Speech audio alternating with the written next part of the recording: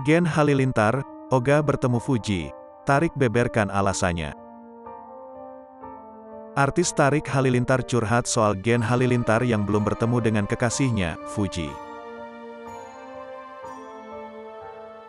Menurut Tarik Halilintar, Gen Halilintar masih belum bersedia bertemu dengan Fuji.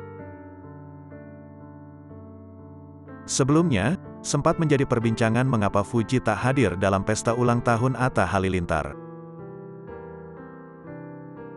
Padahal, Fuji selalu datang di tiap momen Atta Halilintar dan Aurel Hermansyah.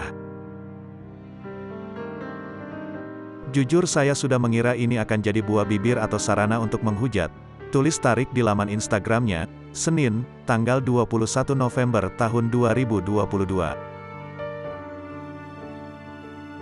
Tarik pun sempat dicibir lantaran tak membawa serta sang kekasih. Ia pun menerangkan bahwa Gen Halilintar belum bersedia hingga saat ini.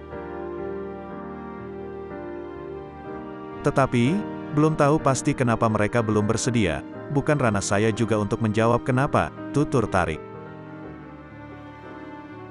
Kemarin adalah malamnya Bang Atta hari ulang tahun orang yang paling saya sayangi.